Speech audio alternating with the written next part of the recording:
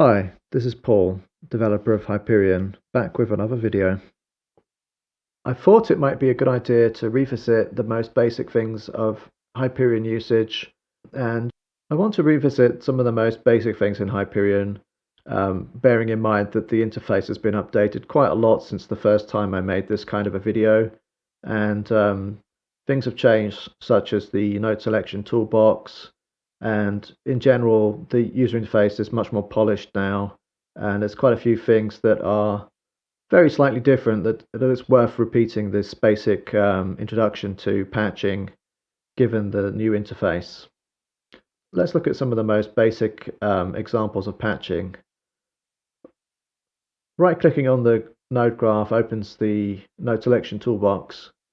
You can see there's a lot of different nodes, and it's kind of quite overwhelming the first time you see it.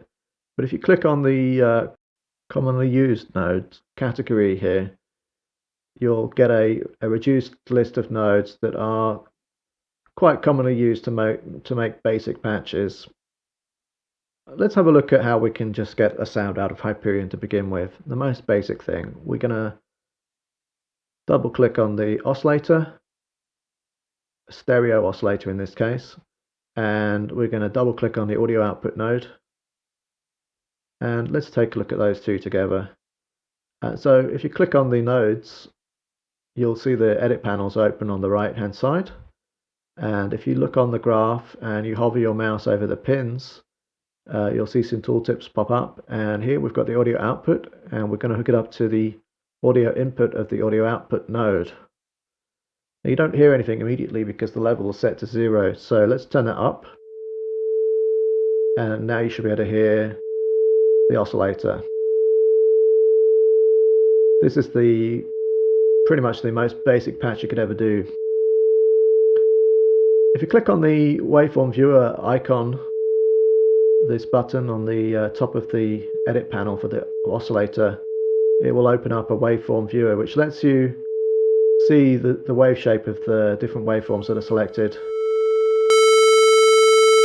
This is a live waveform preview showing exactly what's being calculated inside the oscillator. So if you modulate the parameters here, you'll see how the wave shape changes in real time relative to the sound.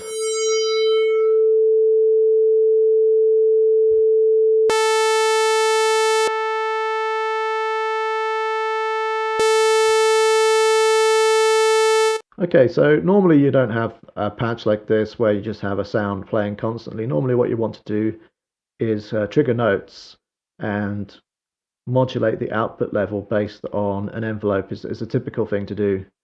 So let's add an envelope, otherwise known as an ADSR, attack, decay, sustain and release. And we need a way to trigger that, and in order to trigger it, we're going to add a notes input node. This is a key node in the system which controls how many voices are enabled and provides the frequency of each note that's played and a trigger output for each note that's played from your MIDI controller. So in order to control the oscillator frequency, we take the frequency output of the notes input node and plug it into the oscillator input. And in order to trigger the envelope, we need to take the trigger output pin and connect it to the envelope trigger input pin, the T pin. Now in order to control the audio output level, we need to connect the level input pin to the envelope output level pin. And you can see the tooltips pop up every time I put my mouse over the pins here. If you click on the level pin on the audio out node, you'll see in the modulation sources mixer here that the ADSR output has a setting where it's taking the full output of the ADSR. And if we play some notes, you can see the animation for the voice that's being triggered here.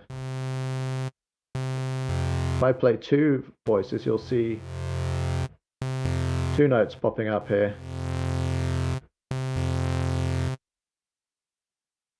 Now, this is the default envelope setting, but maybe we want to have a longer attack. We can turn up the attack time, and you can immediately see how that happens on the graph here. Maybe we want a longer decay time, and maybe we want a longer release time.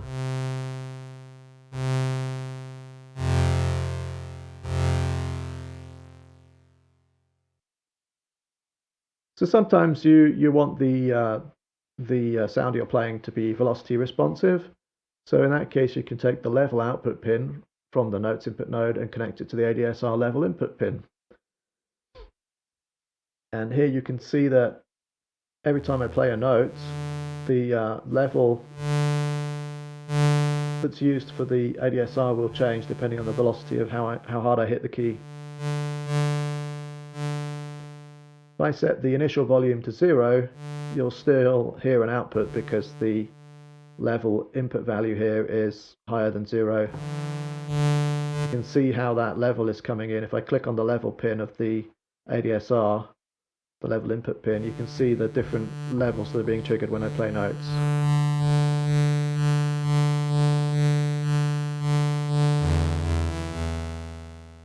What you can see here is more voices appearing as I play notes quickly. And that's because the envelope has got a long release time. I'm actually triggering a new voice each time I play a key.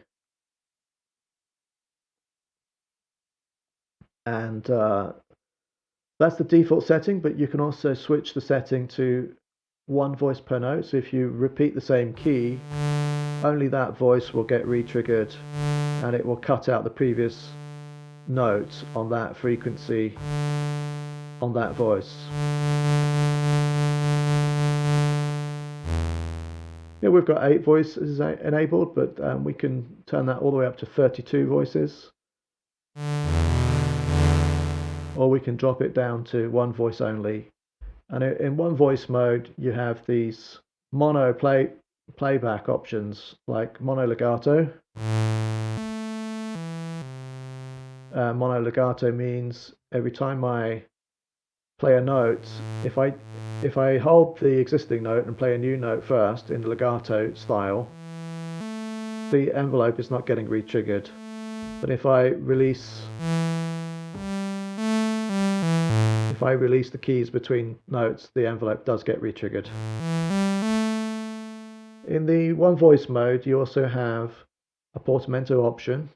So that's the glide parameter in the notes input node. And if you turn that up,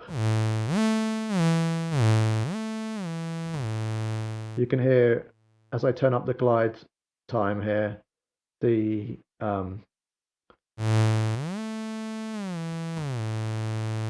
notes take longer to bend between each other.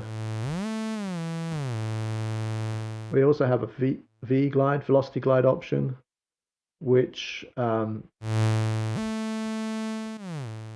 depending on how strongly you set it, means that when you play notes with low velocity, the glide time will be longer.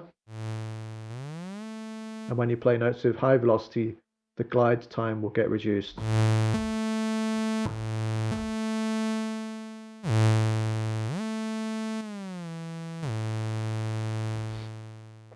Let's have a look at some of the oscillator parameters. This is the most basic setting for an oscillator, where we just have no unison voices turned on, no wave folding or shaping, and no stereo width in this case, even though it's a stereo oscillator, because we don't have any unison voices. However, we can pan, because it's a stereo oscillator, we can pan the sound to the left or the right. If I put that back in the center and turn up the number of unison voices. Now, every time I turn up the unison parameter, what happens is you get 2 extra copies of the wave shape playing on the left and the right hand side, and the original waveform still plays in the center. And the effect isn't that strong until you start detuning. And what happens when you turn this detune parameter up, the spread copies start to get detuned away from the center oscillator.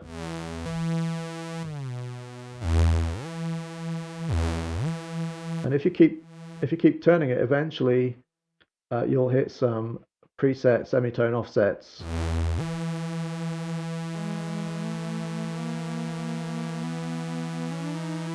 All the way up to an octave. This balance parameter lets you balance between the center tone and the unison detuned copies.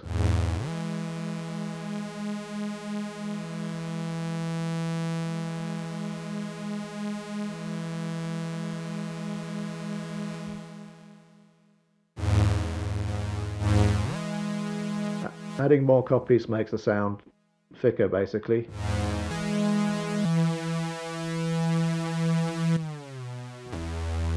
Let's go back to polyphonic mode so we can play some chords.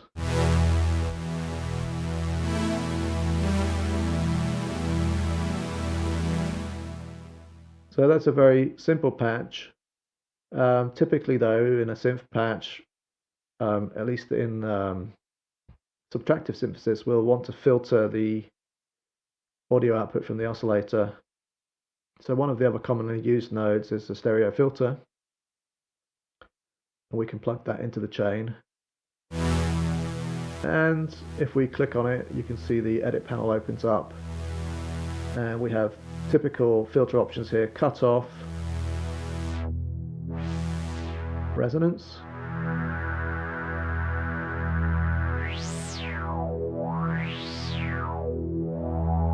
and then we have a couple of extra parameters you might not find in other synths. You have a split parameter, which balances the cutoff setting between the left and the right hand channels.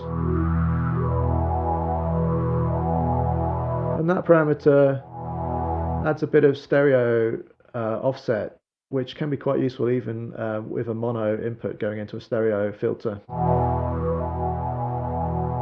The slope parameter increases the filter cutoff slope, so you get a stronger slope at the cutoff frequency.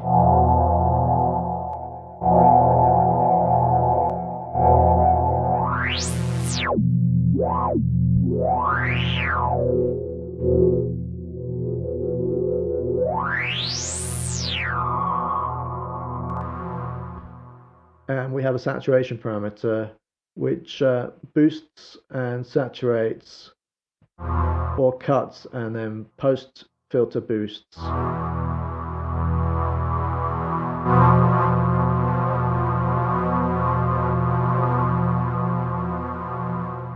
And there are multiple filter types: low pass, BQ for biquad, AMG for Moog. There's 2 Moog emulations.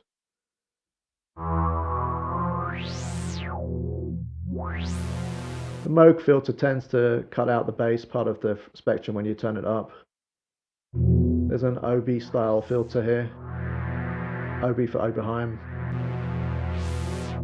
SK for Salon key. There's also a high pass Allen key, a band pass Allen key, and a biquad band pass, a notch filter,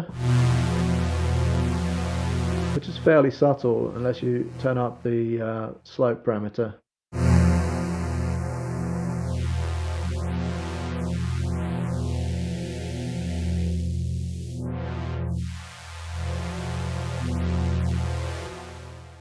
And lastly, a Moog style bandpass, which is extremely easily self-oscillates when the resonance is turned up. So be careful with that one.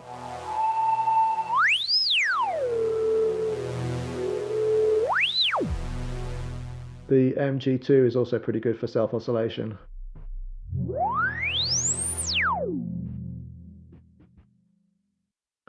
So yeah, typically in a synth patch, you also want to control the filter with an envelope. So in many patches, I'll have 2 ADSRs actually. I could either connect to the notes input pin trigger, or I can connect to the ADSR trigger forwarding pin. This output pin just forwards the input trigger value. So let's connect up the envelope 2 to the filter. And I'm going to turn the filter cutoff right down.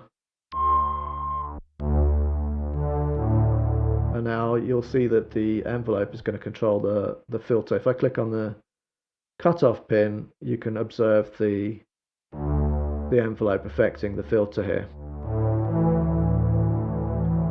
So maybe let's have a slow attack and a slow decay.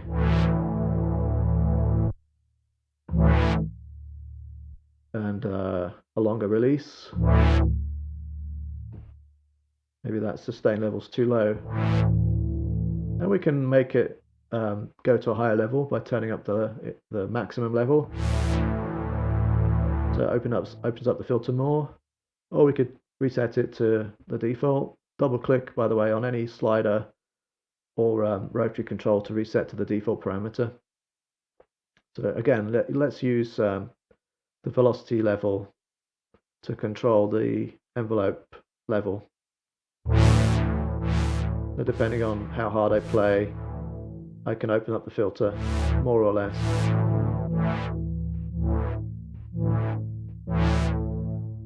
So whilst we can also look at the way that the filter is affected by the modulation input here in the mod sources viewer, you can also directly see on the knobs as I hit the keys, the filter modulation amount is moving relative to the current offset of the control.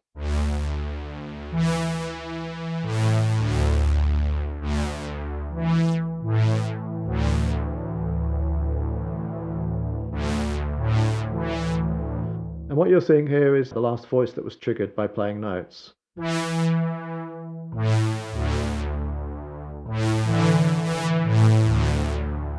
Okay, and the next step in creating our most basic patch, I would say, is typically to add a little bit of vibrato. So this is where we would typically use an LFO.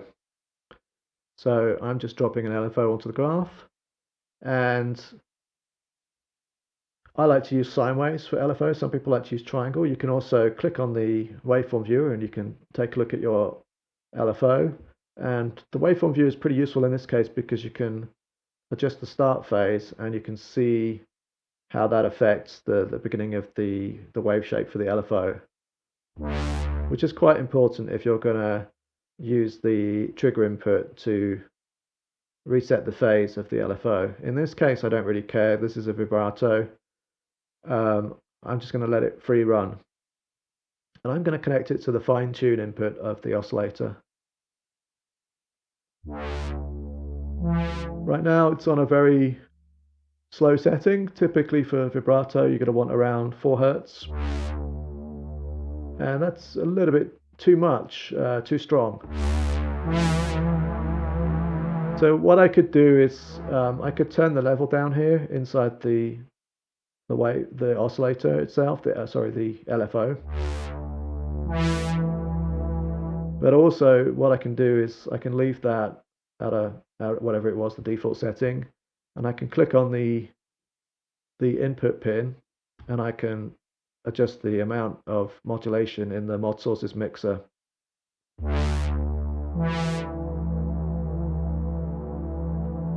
And that sounds about right to me.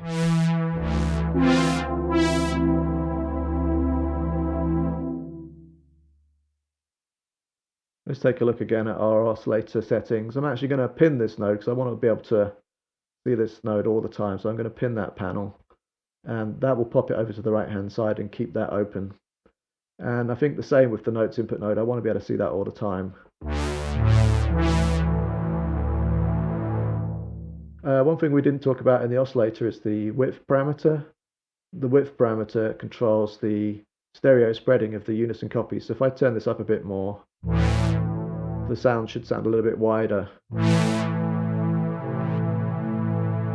And if I turn it down to 0, you'll hear all of the unison detuned copies in the center.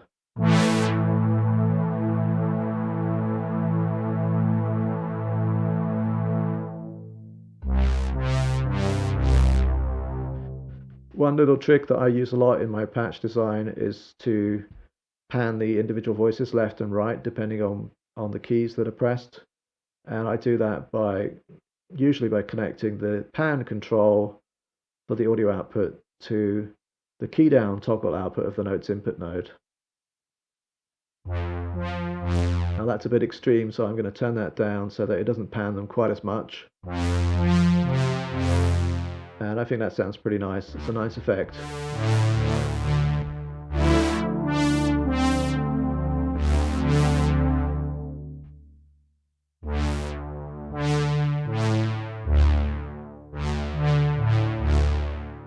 Okay, let's see what's next. So maybe another thing that is quite common that people would like to use in their patches is the sustain pedal. And you can connect a sustain pedal input through using the sustain pin on the notes input node. And you could potentially either connect it to the hold pin on the envelopes, or you could connect it to the decay time to increase the time it takes for the sound to decay in that phase of the envelope. Okay, next stage in creating a patch. So this is just a simple patch with no effects, but typically a synth patch sounds pretty good with a few extra effects added, like some reverb, maybe some chorus. And in Hyperion, there's a pretty wide selection of effects that you can add. If you click on the audio effects bus category, you can see quite a long list of effect types. And if you click each one, there's a description at the bottom of the node toolbox here. It tells you a little bit more about it. So in order to hear effects, you need an FX audio output node. So I'm going to add one of those. And let's add a reverb node. And let's see, maybe let's add a flanger. And just like for the voice nodes, you just hook the audio outputs into the inputs.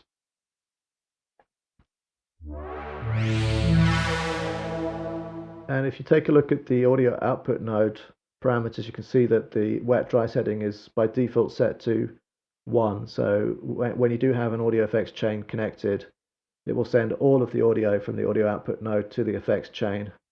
But you can also turn that down, and you can balance the amount of wet dry globally this way. So that's no effects.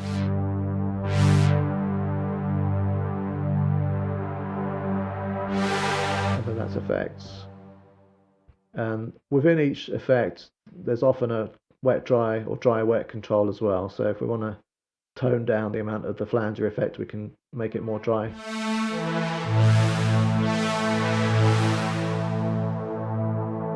Or more wet.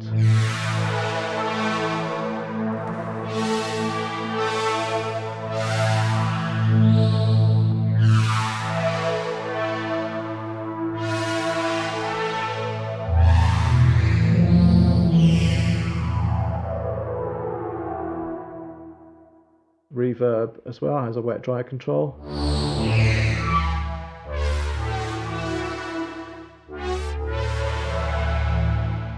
Got tone controls built in.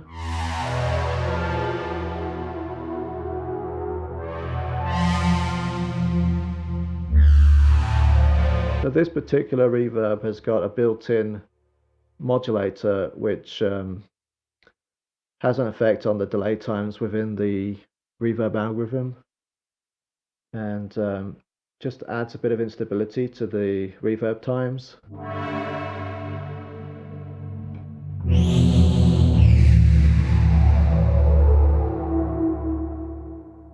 The width control is a bit like the width control for the oscillator. It controls the amount of spreading of the reverb between the left and the right channels.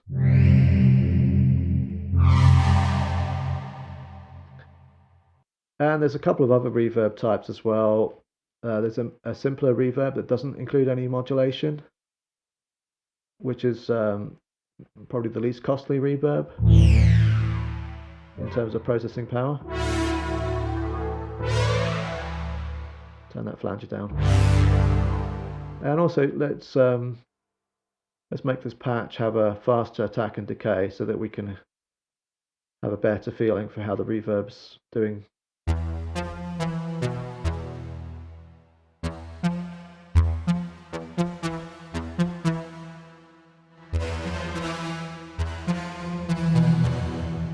So this is the cheap reverb in inverted commas, and we have a much more dense reverb which is called denser verb, and this is the most expensive reverb in terms of processing power. It's got quite a few more comb filters going on, and it has a much longer decay time.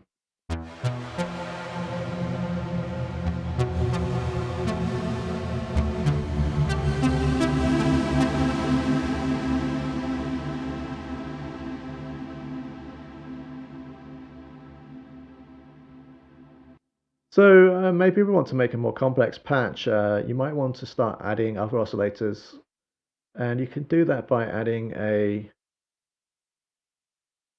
mixer, either a straightforward level mixer or a level mixer with pan control. In this case, I'm just going to add a standard input mixer. It's got 4 sources that you can connect to, and this lets me drop in a couple of other oscillators, well, 3 more oscillators if I want to, or other kinds of sound sources that don't actually have to be oscillators. It could be, say, another filter that I want to add. For example, maybe I want to put a comb filter in here, process the oscillator, and stick that into one of the mixer inputs as a separate input that I can control the level of.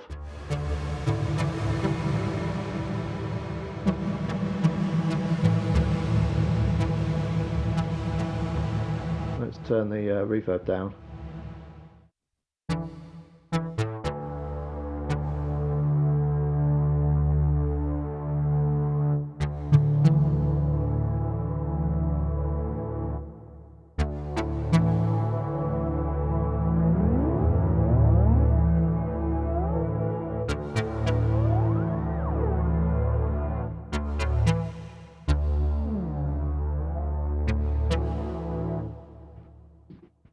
Let's add another oscillator.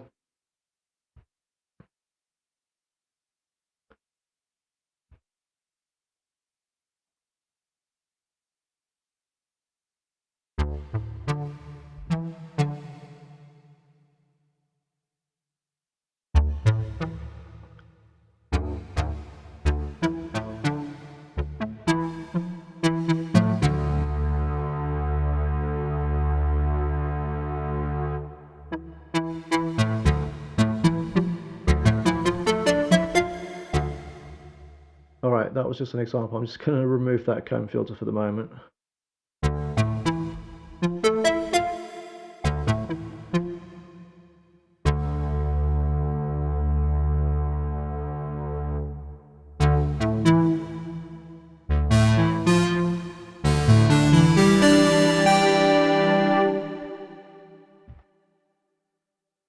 So let's have a look at some of the other oscillator options.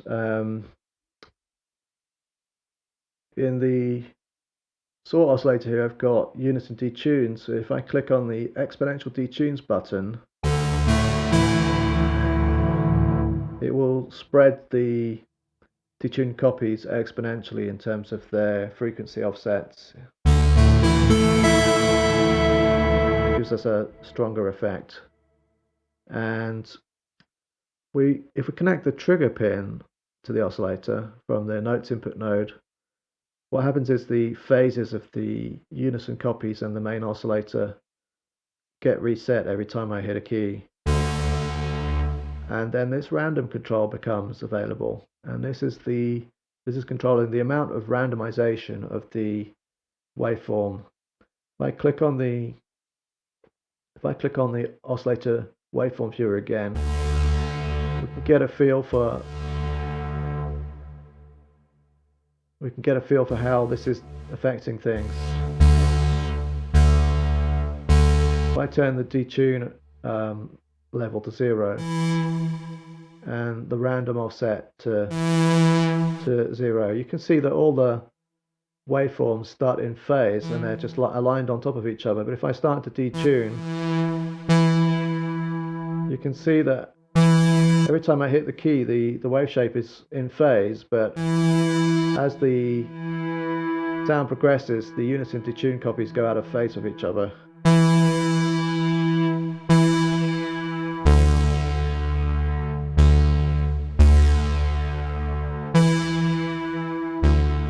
That can be a nice effect. Also, you might want to always randomize your oscillators every time you hit a key, so you can turn the random parameter up to 100%. And this ensures that you're not likely to get oscillators ever in sync in terms of the Unison detune copies.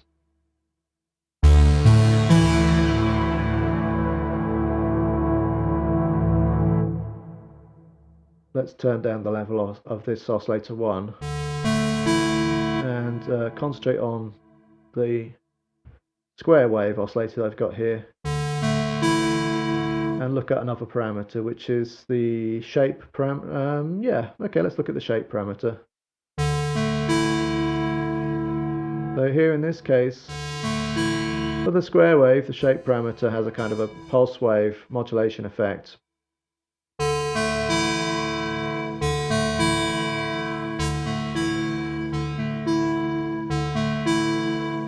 But if I turn on oscillator sync, as I turn up the shape parameter, the main oscillator is getting synchronized to a virtual oscillator that has a frequency that's controlled by the shape parameter.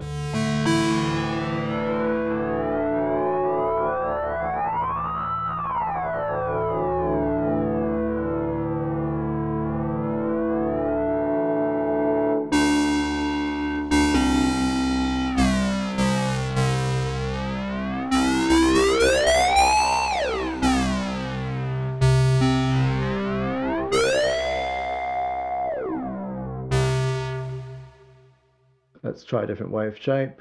I'm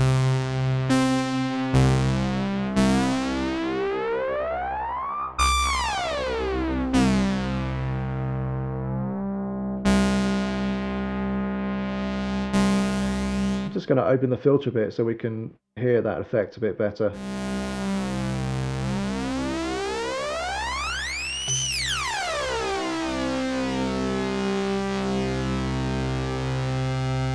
Okay, and now since we're on the saw wave, this is actually quite a good wave to look at the crush parameter. I'm going to turn off the oscillator sync for the moment. And as I turn up the crush parameter, it's going to reduce the number of bits that represent the wave shape.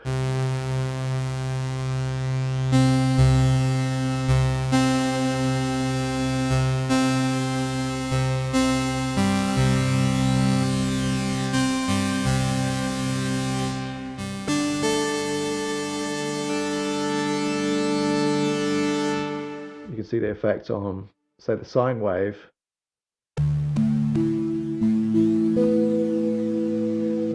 Now, let's just completely disable the first oscillator. You can do that by right-clicking on the node and hitting the disable option. Now we're just listening to the sine wave on its own. Also, for the moment, I'm just going to turn off the effects.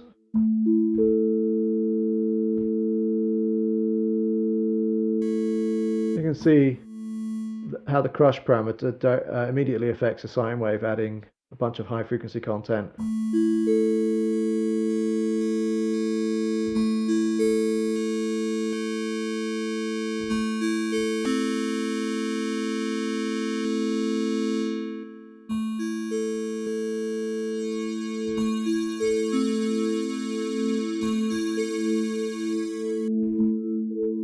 Which, can be quite nice with the Unison detune options too.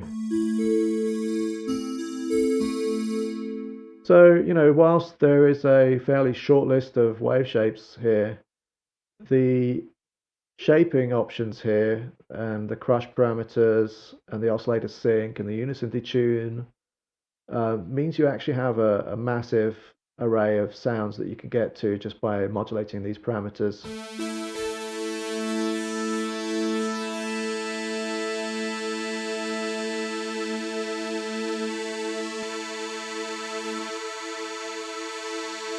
So there's a load of waveforms that you can get to just by playing with these parameters.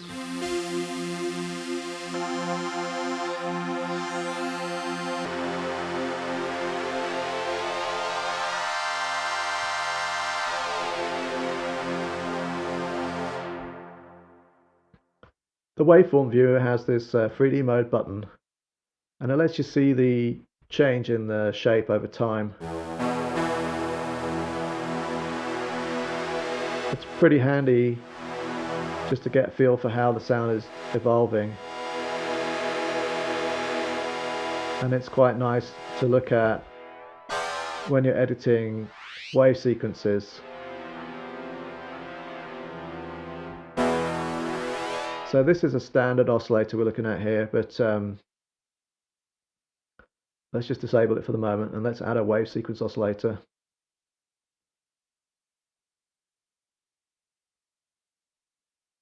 So a wave sequence oscillator has all the same parameters as the standard oscillators, and I'm just going to switch to viewing that one right now. So you can see we're on a sine wave right now, and the difference with this oscillator is that there are multiple steps, and on each step you can set up a new oscillator configuration with all the parameters between these two blue lines. So let's set the end of the table to, I don't know, keep it simple, 3 steps. And so now we have 3 different steps, and at the moment they're all the same. And what I'm going to do is I'm going to click on Group Edit and pick a start wave shape that I want to use. Pick up some settings that I want to have for all my waveforms.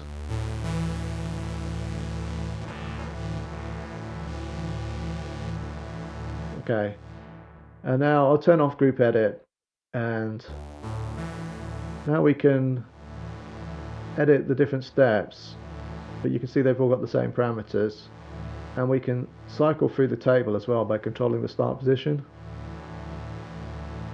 So let's go to step 1. Now, as I move the start position slider, you'll notice that the edit step parameter increases and changes to the step that's nearest to the current position in the table. So I'm going to change some parameters for step number 1 here, which is the second step in the list. Choose a different wave shape. And let's go to the next step. So now we're on edit step number 2, which is the third one. I'm going to pick again a different wave shape, but this time I'm going to transpose it. Maybe add another unison detune step, a bit more detune. Increase the amount of wave folding in this case. We go back to the last step in the sequence, and let's have a triangle wave. This time I'm gonna just turn off the detune copies and take it up an octave. It's a bit quiet. I'm going to turn up the level. So as I move the start position slider, we actually cycle through the wavetable, and what's happening is live crossfading of these oscillator parameters in real time, and the waveform viewer is giving us a direct view of the oscillator algorithm output. We can fine-tune the table. Perhaps we think one of the steps is too quiet or too loud, and then we can control the level here.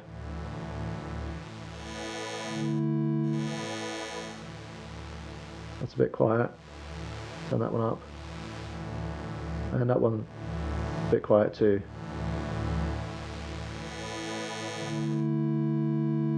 Right, perfect. Now with a wave sequence or wavetable, it's nice to be able to modulate it. And I'm going to use an LFO in this case to modulate the position. I'm setting the start position to 0, and we're going to reset the LFO every time we hit a note by connecting the trigger input pin. And you can see the position of the wave sequence is going up and down, but it's only going halfway up. That's because our LFO is currently on bipolar mode, which is the default, which means it swings positive and negative. But if I set this to unipolar, and also if I turn up the level, then we can get to the full range of the table.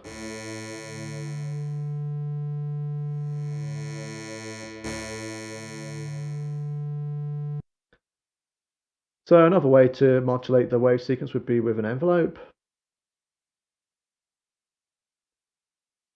And here's a way to do it. Let's connect another envelope up. And I want it to go all the way to the top.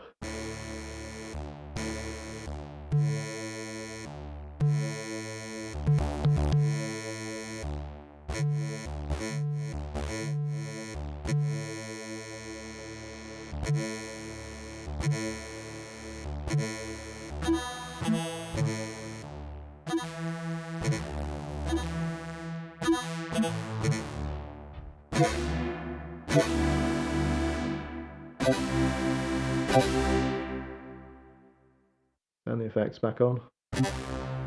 Let's re-enable these oscillators.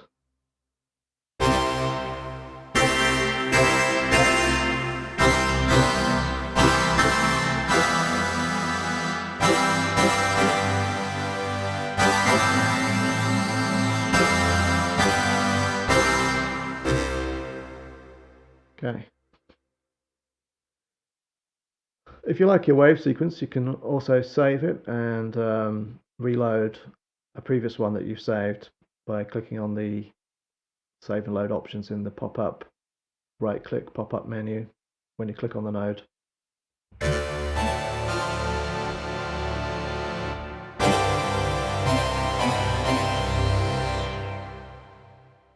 So that's basic patching. There's a lot more you can do. Take a look at some of the other example videos with some patching examples where I designed some pads or some bases, and we'll probably do some further videos later with some more explanation of some of these other nodes. Thanks for watching.